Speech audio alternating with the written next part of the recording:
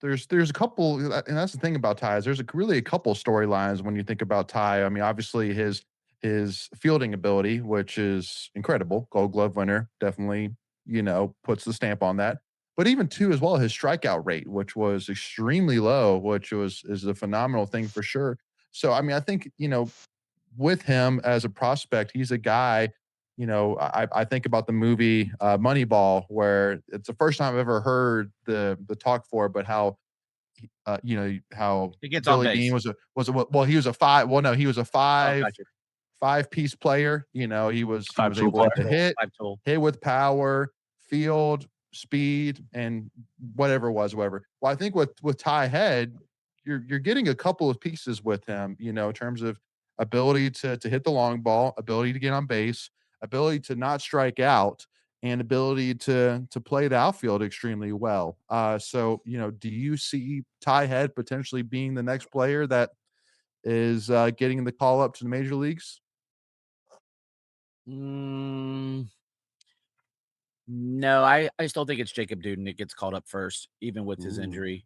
I just think that Dudan can have an impact really, really fast, especially if he comes in as a reliever. Now, starting pitching's a little different, Mhm. but yeah, I definitely think there's a few things that Ty needs to work on, and that they will get him even more, one-on-one instruction more so than he would have gotten at NC State.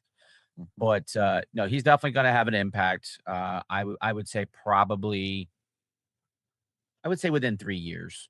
Um, Okay. kind of the same, the thing in Ethan, I've talked about it is like with Groover, right? His whole thing is where do you play him in the field? And I think that's not a problem with Ty. The thing that you're looking for Ty is, can his arm get a little bit better in the outfield, right? He's an average thrower right now. Can you get him better? Um, they're gonna pitch him way different than they did in college. Um, he's gonna see things much differently. If I'm throwing fastballs at him, I think that could be a problem. But he's going to be good. There's no doubt. And then the biggest other thing is will his power carry? Like, I don't think I project him at this point hitting 15 home runs in the majors, but that's something that they could work on. Yeah. Well, and Ethan, to maybe Greg's point here, do you agree with his hot take that Duden will be the first to make it to the major leagues over Ty Head? Um, I don't think it's a guarantee that either makes it. Sure. Well, Like yeah. I mean, I not. think Yeah. that's kind of the thing we overlook is like, yeah, it's Agreed. good and great, but it's hard, man. It's really hard. Like, think about it Sure. this way. Carlos, obviously you have Rodon and Turner who have, It's hard. been I'm A looking at plus you, Vance outcomes for either Honeycutt. one, right? Ooh. Um, State has like pretty much every player. So here's the big leaguer State has had since then. You have Gino Groover, you have Evan Justice, you have Patrick Bailey, you have Will Wilson, you have Jodin, and you have Andrew Kistner. That's it. And Yeah. Justice got drafted twice. So And most one, of those were two, small cups of tea or three, cups of coffee, four, excuse me. 5, 6. Yeah, exactly. So you're talking about 6 guys over the last 12 years. And again, it's too early to count really either this year or last year's guys. So, 4 and 10 years, it's really hard. And as you said, Greg, those guys have only been cups of coffee. Like Patrick Bailey has established himself, but even he's really struggled at the plate, and like it's kind of reached a point, as good as he is defensively, he's kind of reached a point where he may not be long as a established big leaguer. And so to me, just any of those guys getting there would be a big success. Which is more likely? I'm with you. I'm with you, Greg. Like Ty Head jumps off the page, like his numbers jump off the page, but I kind of wonder about his approach at the plate and if that's going to play. Mhm. Agreed. And I think with Duden, like you feel good about the slide. Like the slider's a big league pitch right now. That's Now, obviously, nasty. the Tommy John is certainly a wrench of things. Like he's probably not going to pitch in a pro game until 2028. When you say pro That's game, going to be pro hard. game, you mean like in the Like minors at like? including in the minor leagues, I think. No, I think I he'll be mean, let back me next put year. you think he'll be back? He Yeah. had Tommy John surgery in, was it April? Early April. May? Yeah. April, so late April. So, he's like, obviously he's not gonna pitch this year. Next year, Correct. he's not gonna be ready in April. No. Are you looking at, like, June, best case scenario, July? Like, Probably. the minor league season ends in August. Yeah. You get him some innings. I just don't think So, you can go 2 yeah. years without throwing. No. I don't No, know. I agree. And so to me, that's kind of where the question is. So, look, I think Ty Head's ability to stick in center field, will help him. And his approach is great. I just kind of I just kind of wonder if it's going to get exposed as he kind of moves up the big league ladder. And the other thing with Duden is, I talked about this on the Patreon. He got drafted as a starter, right? Where for him to go in the third round with Tommy John, he went ahead of where, like, if you're projecting somebody as a reliever, you're not going as high as where Duden went. And Mhm. so, this is a guy who's going to develop as a starter, which takes longer. Now, if they were to say, you know what, screw it, let's make him a reliever, then yeah, he's going to get to the big leagues sooner. Yeah. Um, so You I don't you know, know. you Like mentioned both those guys have shots for sure. like, again, I love Ty, like, and this is not a knock on Ty, but, he had the second most walks in NC State program history in a single season this year. He might be too patient to a fault, right? And Agreed. if Yeah. that's you can't let good pitches go by because you're only gonna get so many in an at bat, especially when the competition is, ratcheted up, another notch or two. But again, I think that's something that, he'll have good instruction. They'll work on him with that kind of stuff, identifying pitches, Yeah. location. Sometimes your Yeah. talent just, again, I kind of was making fun of Vance Honeycutt earlier. Like sometimes you're so good that it doesn't matter what your faults are, you can overcome them at certain levels. But at some point that's gotta even out, right? And the advantage is gonna go to the more established guy. And that's my Yeah. concern. Yeah. Well, so with Honeycutt's an interesting example because the way he was talked about when he was at UNC, Mhm. and his strikeout rate was just like, you knew it was going to get exposed, and it did. And that's the problem he's run into now. With Ty, I like what you said about walks. It really felt like as a freshman, he was almost trying to walk. Mhm. And I think that was something that he fixed Yes. over the offseason. I didn't really get that sense this year that he was trying to walk. He was trying to do damage. I just wonder about his high end exit velocities Mhm. are. Like, how do they, like, compare him to Chris McHugh, compare him to an Andrew Wiggins, compared to a Sherman Johnson, where they can hit the ball 110 miles an hour. I don't think you've necessarily seen that from Ty Head. And so, how is that power going to play? And the other thing, like, once you get into the minor leagues, it's like, okay, well, if you're not going to punish me from a power perspective, I'm what's my gonna sit. reason for walking you? Exactly. What's my reason for walking? Like, there's no reason. If you hit a single, you hit a single. Okay, Yep. same Yep. thing as a walk. And so I think that's sort of the thing that you've got to figure out with Ty Head. It's like, okay, can the 15, 14, I guess, home runs that he hit this year translate? And to me, that's the big question. I like his approach. Obviously, his eye is excellent. He pulls the ball in the air. That's how you get the most out of your power.